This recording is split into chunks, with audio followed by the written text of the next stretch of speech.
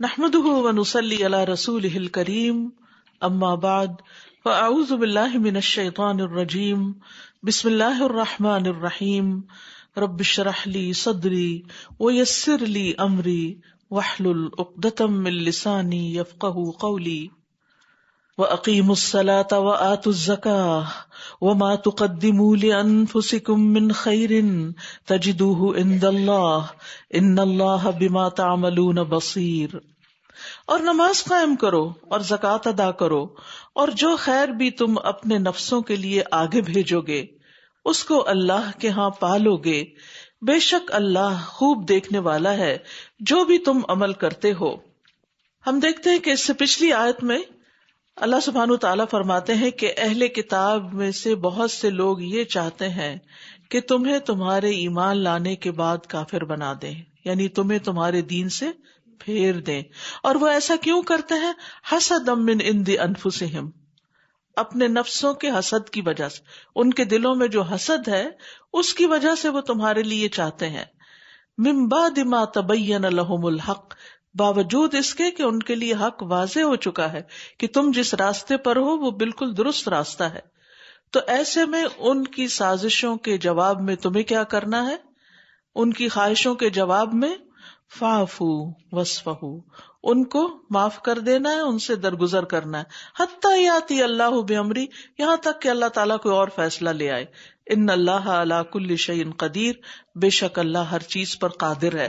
یہ تو ہے ان کے ساتھ معاملہ، لیکن اس کے ساتھ ساتھ اپنی ذاتی زندگی کی اصلاح کرتے رہو، تقرب الہی کے لیے نماز قائم کرتے رہو، زکوٰۃ ادا کرتے رہو، کیونکہ بعض اوقات ہمارا جب لوگوں کے ساتھ کوئی جھگڑا ہو جاتا ہے، لوگوں کے ساتھ جب ہمارا کوئی اختلاف ہو جاتا ہے تو ہم انہی کو بلیم کر دیتے ہیں، یہ سارا قصور انہی کا بتاتے ہیں اور اپنی طرف توجہ نہیں کرتے، یا پھر یہ کہ واقعی ہمارا کوئی قصور نہیں ہوتا، لیکن جب دوسروں کی طرف سے بے رخی کا، بے وفائی کا، بد اخلاقی کا رویہ سامنے آتا ہے تو اس کو برداشت کرنا مشکل ہو جاتا ہے۔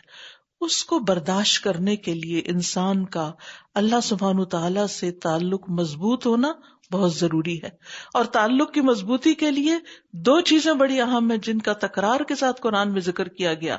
ایک ہے نماز کا قائم کرنا، وَاسْتَعِینُوا بِالصَّبْرِ وَالصَّلَاةِ، ایسے سارے مشکل مواقع پر کیا کرو؟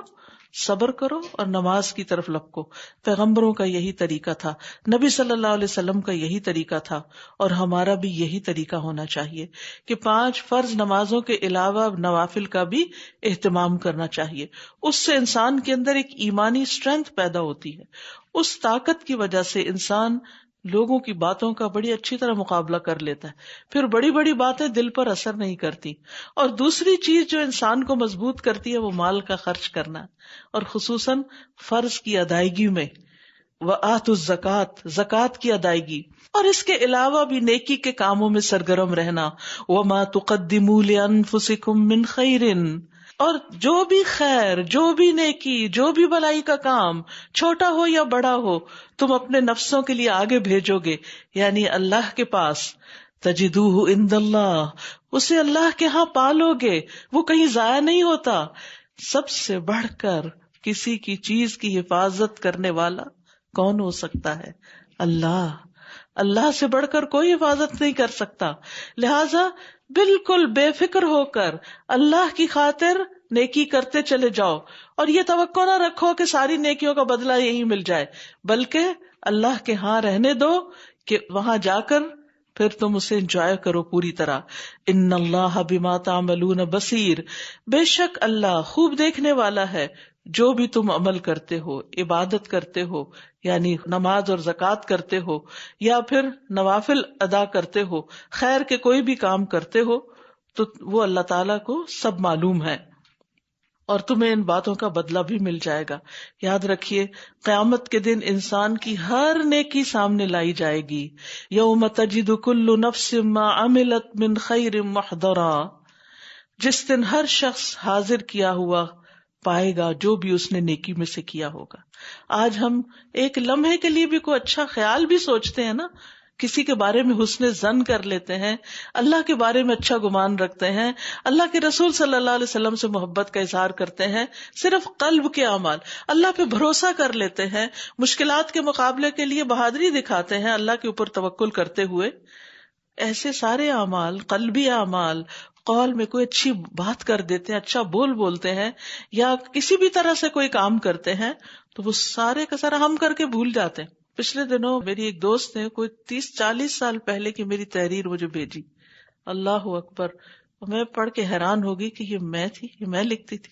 بہت اممیچورٹی کا زمانہ ہوتا ہے نا، انسان جو دل میں آتا ہے لکھتا چلا جاتا ہے. جب بڑے ہوتے ہیں تو بڑے محتاط ہو جاتے ہیں. تو اس وقت مجھے بہت شدت سے احساس ہوا کہ میرے اعمال نامے میں بھی لکھا ہوا ہے، یہ صرف اس کاغذ کے ٹکڑے پر نہیں، کہیں اور بھی لکھا ہوا ہے. اور یہ ہم سب کے ساتھ ہے کہ ہم کر کے بھول گئے، لیکن اللہ نہیں بھولتا. وَمَا كَانَ رَبُّكَ نَسِيًّا، وہ سب کچھ ایک ایک لفظ ہمارا ریکارڈ میں. تو اچھا کیا تو اچھا ہے، اور اگر برا کیا تو وہ بھی لکھا ہوا ہے. ایک اور جگہ پر فرمایا کہ ذرا برابر نیکی پر بھی اجر ملے گا. ان اللہ لا یظلم مثقال ذرۃ وان تک حسنۃ یضاعفها ویؤت من لدنہ اجرا عظیما. بے شک اللہ ایک ذرے کے برابر بھی ظلم نہیں کرتا، ذرے کے برابر بھی، یعنی ضائع نہیں کرے گا نیکی کو. اور اگر ایک نیکی ہوگی ذرے جتنی تو اس سے دگنا کر دے گا، کئی گنا بڑھا دے گا. یضاعفها، اور اپنے پاس سے بہت بڑا اجر عطا کرے گا. یعنی صرف ہمارے کیے کا بدلہ نہیں، اپنے پاس سے بھی دے گا، کیونکہ جب وہ خوش ہو جائے گا تو پھر وہ تو بادشاہ ہے، جو چاہے عطا کر دے. اس لیے اللہ تعالیٰ سے اچھے ہی کی امید رکھنی چاہیے، صرف اپنے اعمال کو نہیں دیکھنا چاہیے بلکہ اس سے حسن ظن رکھنا چاہیے. اسی طرح سورۃ المزمل میں فرمایا وَمَا تُقَدِّمُوا لِأَنفُسِكُم مِّن خَيْرٍ تَجِدُوهُ عِندَ اللَّهِ هُوَ خَيْرًا وَأَعْظَمَ أَجْرًا وَاسْتَغْفِرُوا اللَّهَ إِنَّ اللَّهَ غَفُورٌ رَحِيمٌ. اور جو نیکی بھی تم اپنی جانوں کے لیے آگے بھیجو گے اسے اللہ کے ہاں پاؤ گے کہ وہ بہتر اور ثواب میں کہیں بڑی ہے، اور اللہ سے بخشش مانگو، بلا شبہ اللہ بے حد بخشنے والا نہایت رحم کرنے والا ہے. پھر بے فکر ہو کے خیر کے کام کرتے چلے جائیں، کیونکہ عموماً ہم رک کیوں جاتے ہیں کہ ہماری نیکی کی کسی نے قدر نہیں کی، کسی نے اپریشیٹ نہیں کیا، کسی نے شکریہ ادا نہیں کیا، کسی نے کوئی بدلہ نہیں دیا. تو پھر جب دنیا میں یہ سب بدلے چاہتے ہیں تو اسی وجہ سے اللہ سبحانہ تعالیٰ نے ہمیں ایک بڑا مقصد دیا کہ یہ چھوٹے چھوٹے فائدوں کے لیے نیکی نہ کرو بلکہ وہاں کے لیے کرو جس کا اجر کبھی ختم ہی نہیں ہوگا. دنیا میں کوئی آپ کو آپ کی نیکی کا کتنا بھی بڑا صلہ دے دے لیکن وہ ختم ہو جائے گا، یا پھر کیا آپ خود ہی ختم ہو جائیں گے. کتنا انجوائے کر سکتے ہیں یہاں کسی بھی نعمت کو، آخر تو جانا ہے. اور پھر آپ دیکھیے کہ اللہ تعالیٰ ایک نیکی کا 10 گنا تو کم از کم بدلہ دیتے ہیں، اور پھر 700 گنا تک، اور اس کے علاوہ بھی بے حد و حساب جس کے لیے جتنا چاہے.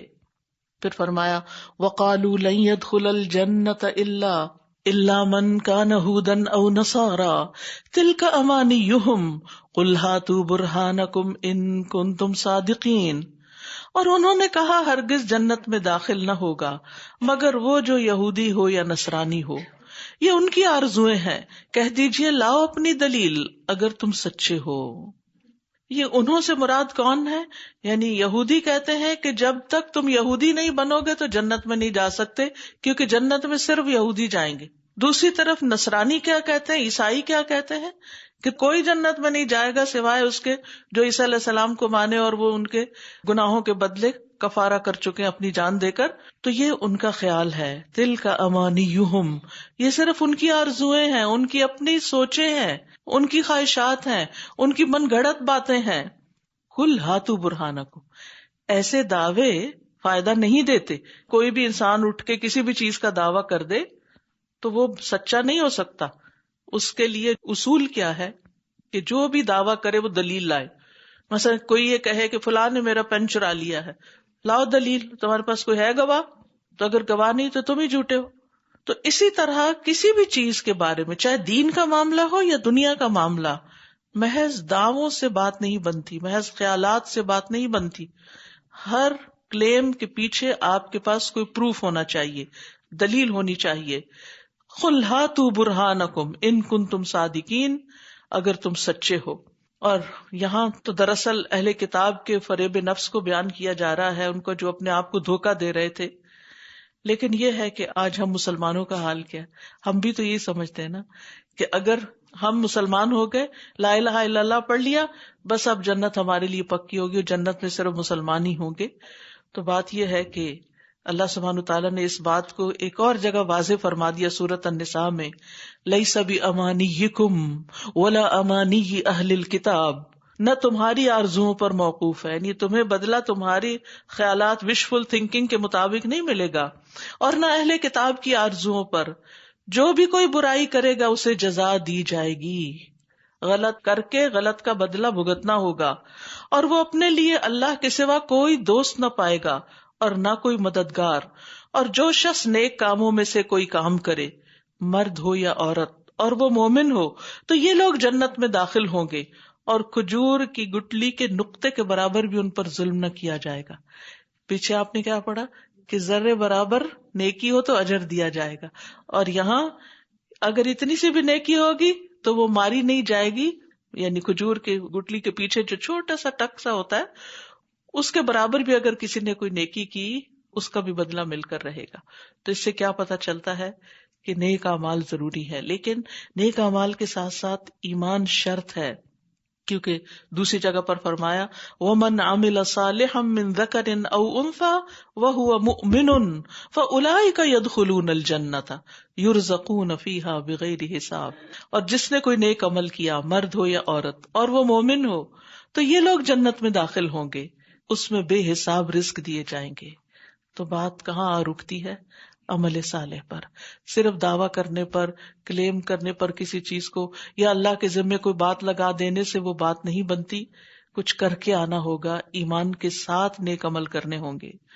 بلا کیوں نہیں، من اسلم وجہہ للہ وہو محسن فلہ اجرہ عند ربہ ولا خوف علیہم ولا ہم یحزنون. ہاں، جس نے اللہ کے لیے اپنا چہرہ جھکا دیا اور وہ محسن بھی ہو تو اس کا اجر اس کے رب کے پاس ہے. ایسے لوگوں کو نہ کوئی خوف ہوگا اور نہ وہ غمگین ہوں گے. تو یہاں مزید بات واضح کر دی گئی کہ اخروی نجات کا دار و مدار محض زبانی دعووں پر نہیں، اس کے لیے کچھ کرنا ہوگا. اور کیے جانے والے کاموں میں سے سب سے افضل ترین عمل کیا ہے؟ اللہ کے لیے سر جھکا دینا. اور وہ حصی طور پر بھی ہوتا ہے اور مانوی طور پر. حصی طور پر کیا؟ سجدہ کرنا، عبادت کرنا. سب سے زیادہ انسان اللہ کے قریب کب ہوتا ہے، اللہ کا محبوب کب بنتا ہے؟ جب وہ سجدہ کرتا ہے.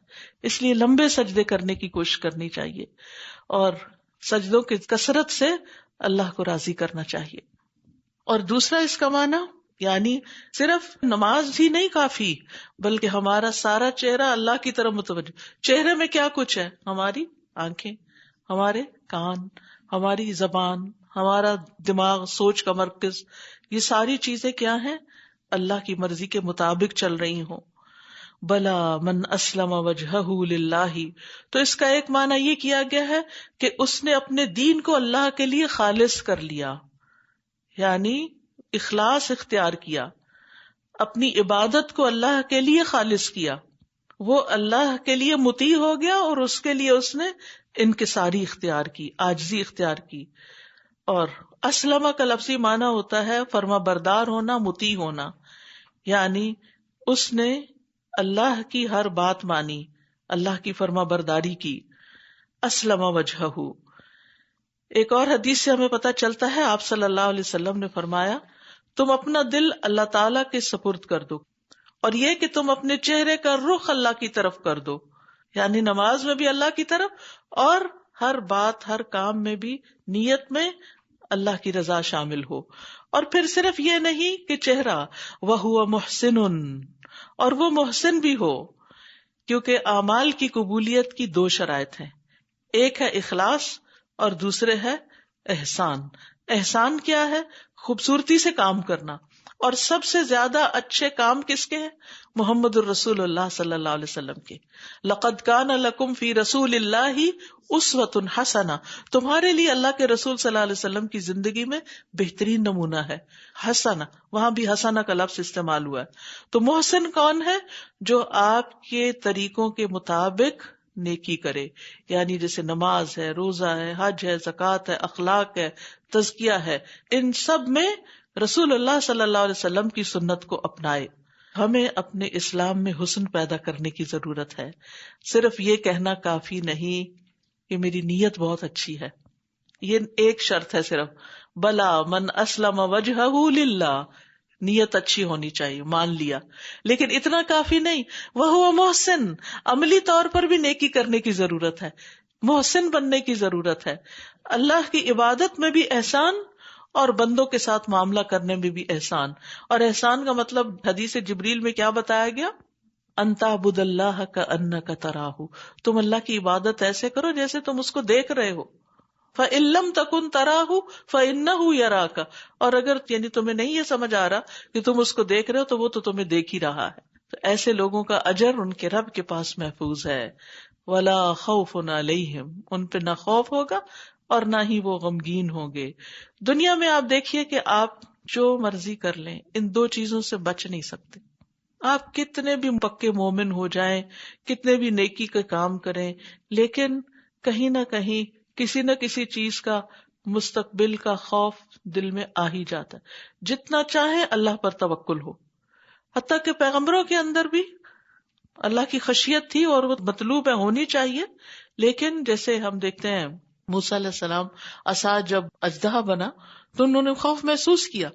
تو یہ خوف جو ہے یہ قدرتی سی چیز ہے جو انسان کے اندر آ جاتی. دنیا میں اس سے چھٹکارا ممکن نہیں. کبھی انسان اپنے اندرونی ذاتی حالات کی وجہ سے خوف کا شکار ہوتا ہے، اور کبھی دنیا کے حالات کی وجہ سے کہ کہیں کوئی حادثہ ہو جاتا ہے، اور کبھی اپنے بارے میں آپ خوف کا شکار ہوتے ہیں، اور کبھی اپنے بچوں کے بارے میں ڈرتے رہتے ہیں کہ انہیں کسی طرح کی کوئی مشکل نہ آئے. پھر اسی طرح غم، تو غم بھی انسان کو عموماً ماضی کا ہوتا ہے، اور یہ نہیں کہ مستقبل میں انسان غموں سے پاک ہو جائے. غم تو ہوتے ہی ہیں، لیکن آخرت ایسی جگہ ہے کہ جہاں بار بار جس کا حسن یہ بتایا گیا، صرف ظاہری حسن نہیں بتایا گیا جنت کا کہ وہاں نہریں ہوں گی اور وہاں طرح طرح کے پھل ہوں گے اور ہر طرح کی خوبصورتی ہوگی، بلکہ وہاں اندر کے حسن سے متعلق چیز بھی بتا دی گئی کہ اگر آپ کے رویوں میں احسان ہوگا تو پھر جزا میں بھی تمہیں اندر کا ایسا سکون نصیب ہوگا کہ کہیں کوئی خوف کا شائبہ نہیں. خوف کیا، اس وقت تو ہم اس سے بھی ڈرتے ہیں کہ اللہ ناراض نہ ہو جائے، تو وہاں اللہ تعالیٰ اپنی رضامندی عطا کر دے گا، لہٰذا ہر طرح کا خوف انسان کے اندر سے نکل جائے گا.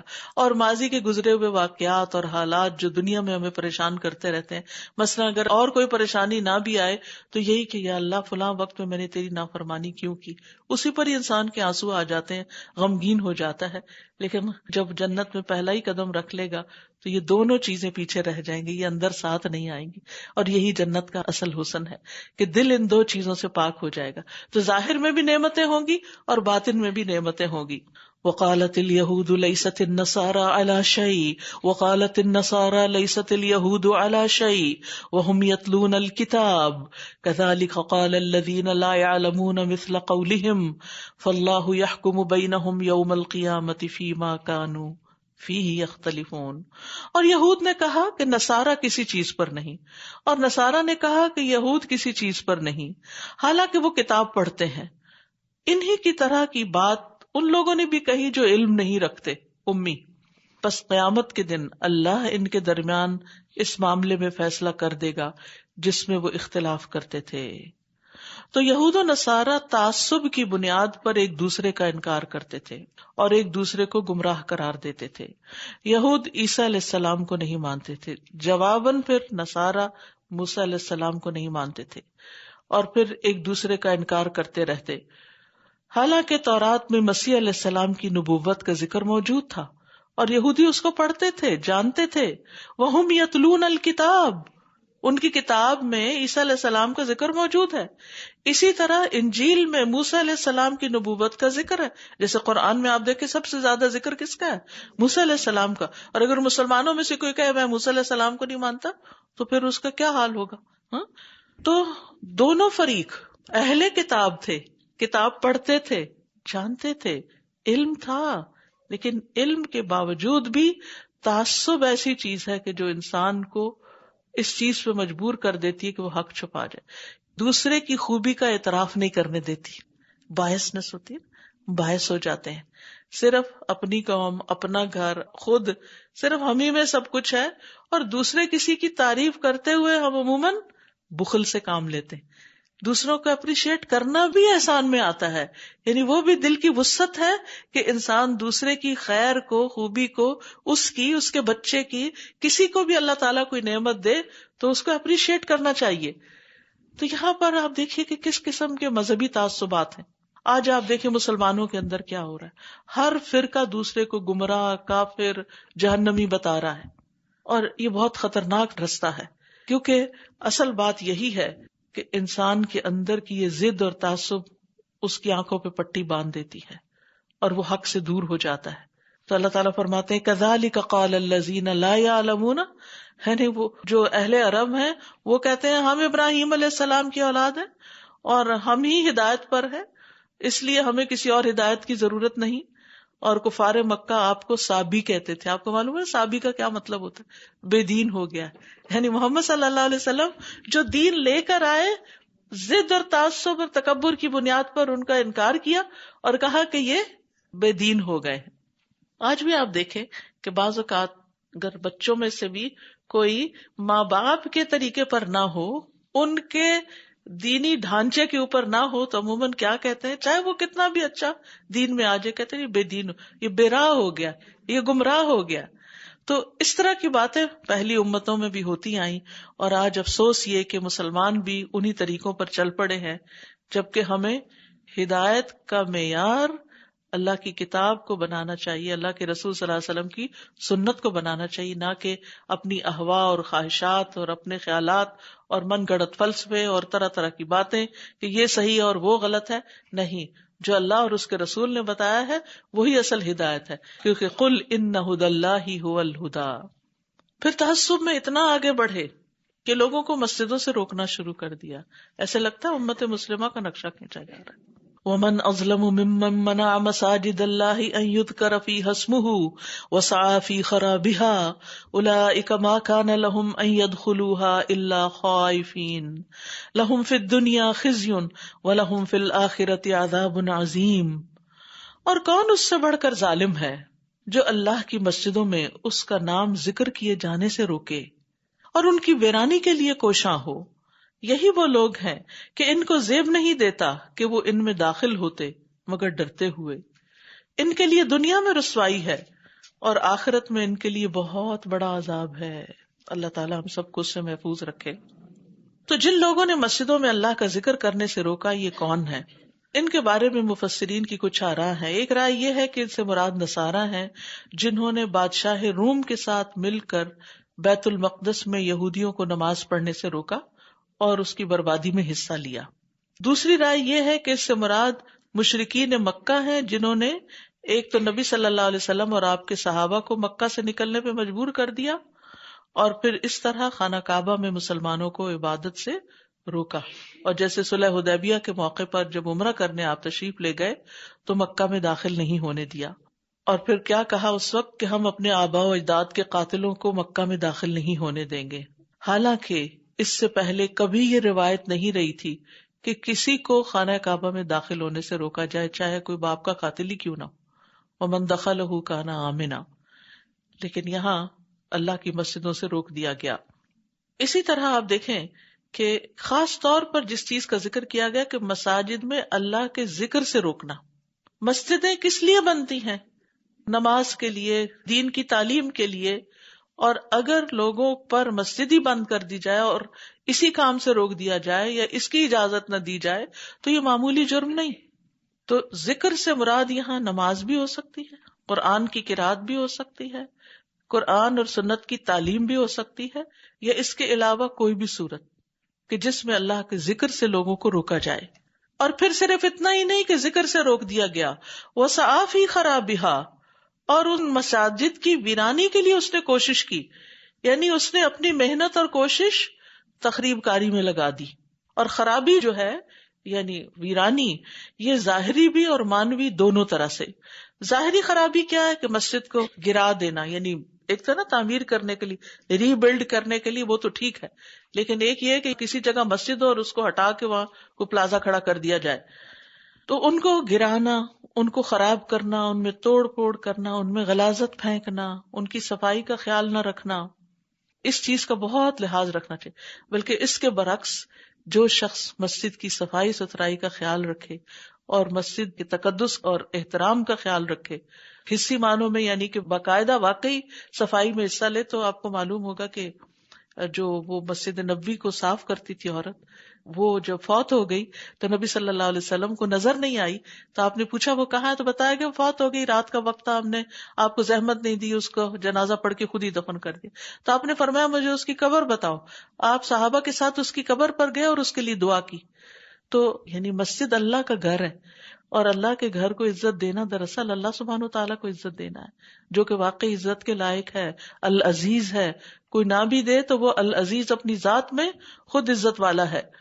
اور مانوی خرابی سے مراد اللہ کا نام لینے سے روکنا کسی کو. ایک ہوتا ہے ڈائریکٹ روکنا کہ یہ نہ کرو، اور ایک یہ کہ اس قدر شور ہنگامہ فساد مسجد میں کرنا کہ جو لوگ وہاں بیٹھ کے ذکر اذکار کر رہے ہیں یا کچھ پڑھا رہے ہیں ان کو ڈسٹربنس ہو. تو اوور آل نبی صلی اللہ علیہ وسلم نے مسجد بنانے کی بھی فضیلت بتائی اور اس پر جنت میں گھر کی بشارت دی. پھر اسی طرح آپ نے فرمایا محلوں میں مسجدیں بناؤ، اور یہ کہ وہ پاک صاف رکھی جائیں اور ان میں خوشبو لگائی جائے.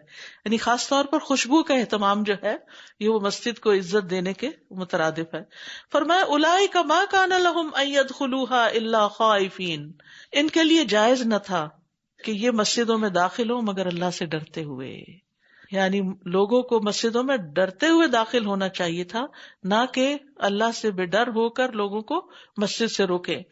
اور اسی طرح یہ ہے کہ جو بھی کوئی ایسا کرے پھر اس کا انجام بتا دیا گیا، اور وہ کیا ہے؟ لہم فی الدنیا خزی، ان کے لیے دنیا میں رسوائی ہے، وَلَهُمْ فِي الْآخِرَةِ عَذَابٌ عَظِيمٌ، اور ان کے لیے آخرت میں عذاب عظیم بہت بڑی سزا ہے.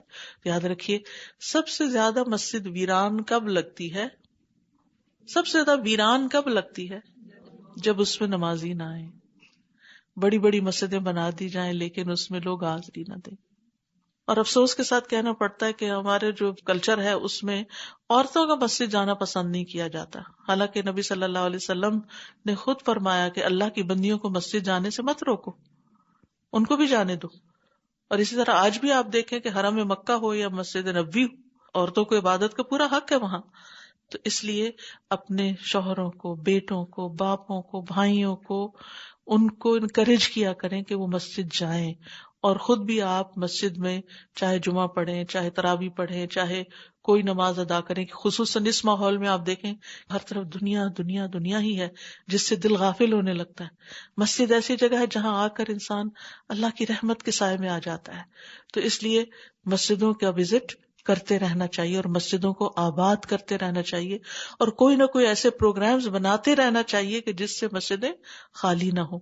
آپ کو معلوم ہے کہ خاص طور پر جب چھٹیاں ہو جاتی اور سب لوگ سیر و تفریح کے لیے نکل جاتے ہیں، اور ویکینڈز پہ جب دعوتیں ہوتی ہیں تو شام اور عشاء کی نماز میں آپ دیکھیں مسجدوں کا حال کیا ہوتا ہے.